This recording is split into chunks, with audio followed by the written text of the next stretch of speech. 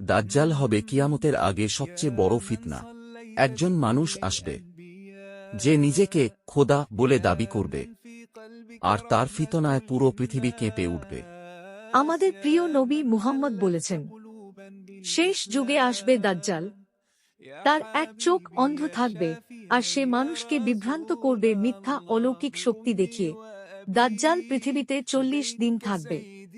প্রথম দিন 1 বছরের মতো, দ্বিতীয় দিন 1 মাসের মতো, তৃতীয় দিন 1 সপ্তাহের মতো, বাকি দিনগুলো স্বাভাবিক দিনের মতো। তার কপালে কাফির লেখা থাকবে। শুধুমাত্র মুমিনরা এটি দেখতে পারবে।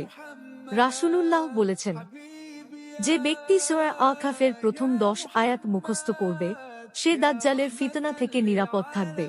আর শেষ সময়ে ঈসা ইবনে মারিয়াম পৃথিবীতে আসবেন এবং তিনি দাজ্জালকে হত্যা করবেন। আল্লাহ আমাদের সবাইকে দাজ্জালের ফিতনা থেকে হেফাজত করুন। শেয়ার করে বন্ধুদের জানিয়ে দিন।